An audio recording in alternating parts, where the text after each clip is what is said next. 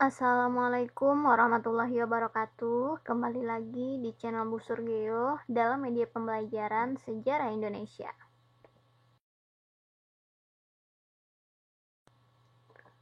Pada video kali ini kita akan membahas tentang perkembangan agama dan kebudayaan Islam di Indonesia.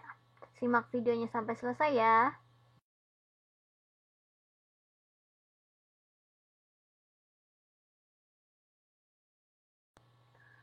Proses masuk dan berkembangnya Islam di Indonesia. Nah, proses masuknya dan berkembangnya Islam di Indonesia itu terdiri dari 3 teori. Pertama ada teori Gujarat. Agama Islam yang ada di Indonesia berasal dari Gujarat, India. Nah, ini merupakan teori Gujarat yang menyatakan Islam itu berasal dari Gujarat, India. Buktinya adanya batu nisan Malik al-Saleh, Sultan Samudra Pasai. Kemudian teori yang kedua adalah teori Mekah atau teori Arab, yaitu pengaruh Islam telah masuk ke Nusantara sekitar abad ke-7 dibawa langsung oleh para pedagang Arab. Nah, buktinya adanya permukiman Islam tahun 674 di Baros, pantai sebelah barat Sumatera. Kemudian teori yang ketiga ada teori Persia, di mana agama Islam dibawa masuk oleh orang-orang Persia sekitar abad ke-13. Nah, bukti pendukung teori ini adalah adanya upacara di Bengkulu dan Sumatera Barat, yaitu upacara Tabui. Kemudian faktor-faktor yang mempermudah penyebaran Islam di Indonesia. Nah, ini ada beberapa faktor yang menyebabkan mudahnya penyebaran Islam di Indonesia, yakni sebagai berikut. Pertama, penyebaran agama Islam dilakukan dengan jalan damai, tanpa paksaan ataupun peperangan. Kemudian yang kedua, syarat penerimaan untuk memeluk Islam sangatlah mudah, yakni dengan mengucapkan 2 kalimat syahadat. Kemudian yang ketiga, upacara keagamaan dalam agama Islam sifatnya sederhana sehingga tidak membebani masyarakat. Yang keempat, adanya unsur-unsur yang sama antara Islam dan ajaran sebelumnya. Contohnya, istilah sembahyang yang berarti menyembah hyang tetap dipergunakan untuk istilah mengenakan atau melaksanakan sholat. Kemudian yang kelima, dalam Islam tidak ada pelapisan sosial. Setiap manusia mempunyai kedudukan yang sama. Hal yang membedakan hanyalah amal ibadahnya. Kemudian yang keenam, penganutnya mempunyai kewajiban untuk melakukan dakwah. Kemudian yang ketujuh, Islam memperkenalkan konsep pemerataan ekonomi melalui sistem zakat. Kemudian yang kedelapan, metode dakwah yang inklusif melalui seni, pernikahan, dan kerjasama dengan penguasa. Kemudian yang kesembilan, kondisi kerajaan bercorak Hindu-Buddha semakin mengalami kemunduran. Kemudian yang ke-10, kedatangan bangsa Eropa yang ingin menjajah sehingga menimbulkan semangat untuk bersatu.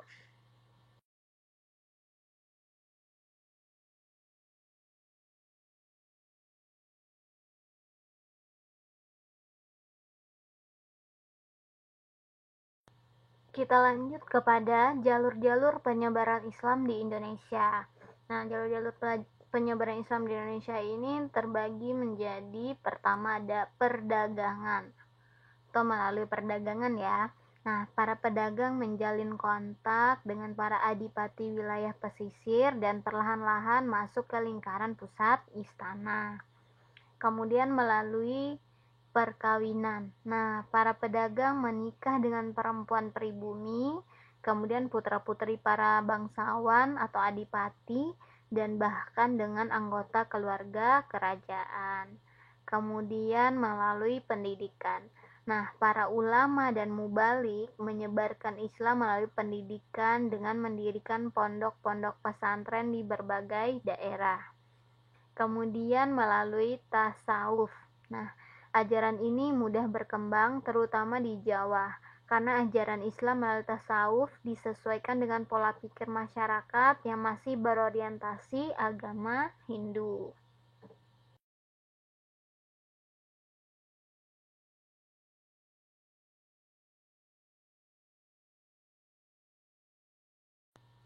Kemudian melalui dakwah. Nah, penyebaran Islam tidak dapat dilepaskan dari peranan wali.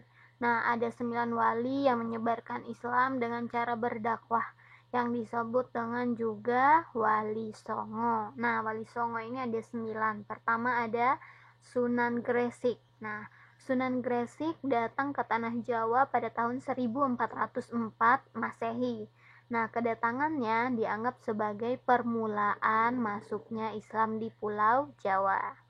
Kemudian yang kedua ada Sunan Gunung Jati, dikenal dengan nama Sarif Hidayatullah atau Fatahillah.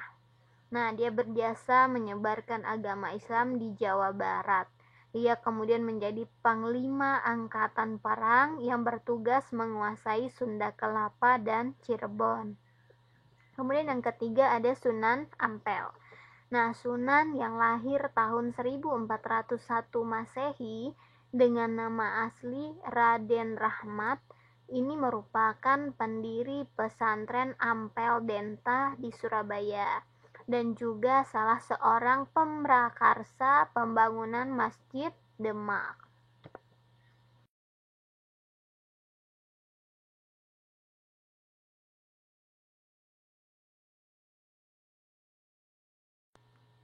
Yang keempat ada Sunan Giri. Nah, Sunan Giri bernama asli Raden Paku.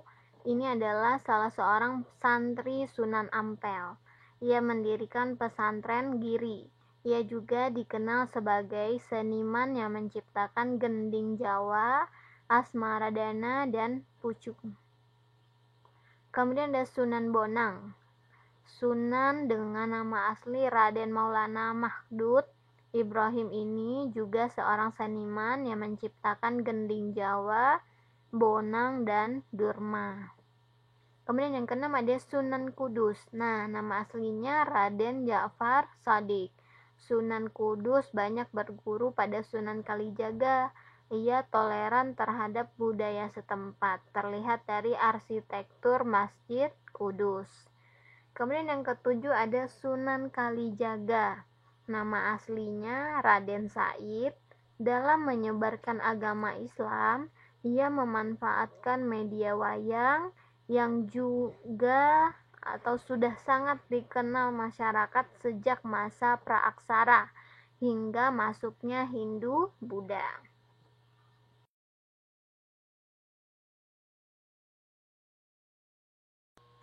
Yang kedelapan ada Sunan Muria. Nah, Sunan dengan nama asli Raden Umar Said ini adalah putra dari Sunan Kalijaga. Ia tinggal di kaki Gunung Muria, Jawa Tengah. Salah satu hasil dakwahnya lewat seni adalah tembang sinom dan kinanti. Kemudian yang kesembilan ada Sunan Derajat. Nah, Sunan dengan nama Maunad Sarifuddin ini menyebarkan agama Islam di daerah Jawa Timur. Ia dikenal berjiwa sosial karena sangat peduli terhadap kaum miskin dan duafa. Ia menciptakan gending Jawa yaitu pangkur.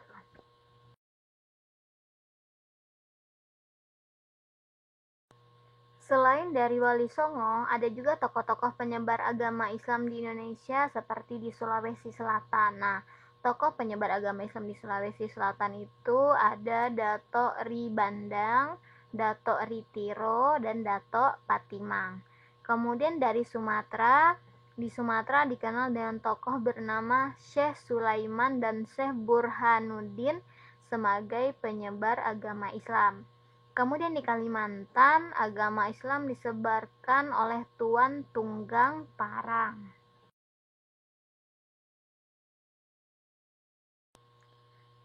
Itu tadi melalui dakwah, sekarang melalui kesenian. Nah, agama Islam juga disebarkan melalui kesenian seperti wayang oleh Sunan Kalijaga, gamelan oleh Sunan Bonang. Nah, kesenian yang telah berkembang sebelumnya tidak hilang, tetapi berakulturasi dengan kebudayaan lokal.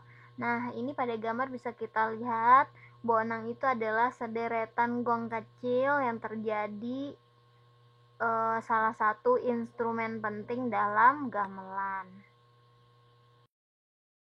Nah, itu tadi penjelasan singkat tentang perkembangan agama dan kebudayaan Islam di Indonesia, seperti teori, masuk dan berkembangnya agama Islam dan kebudayaan Islam di Indonesia.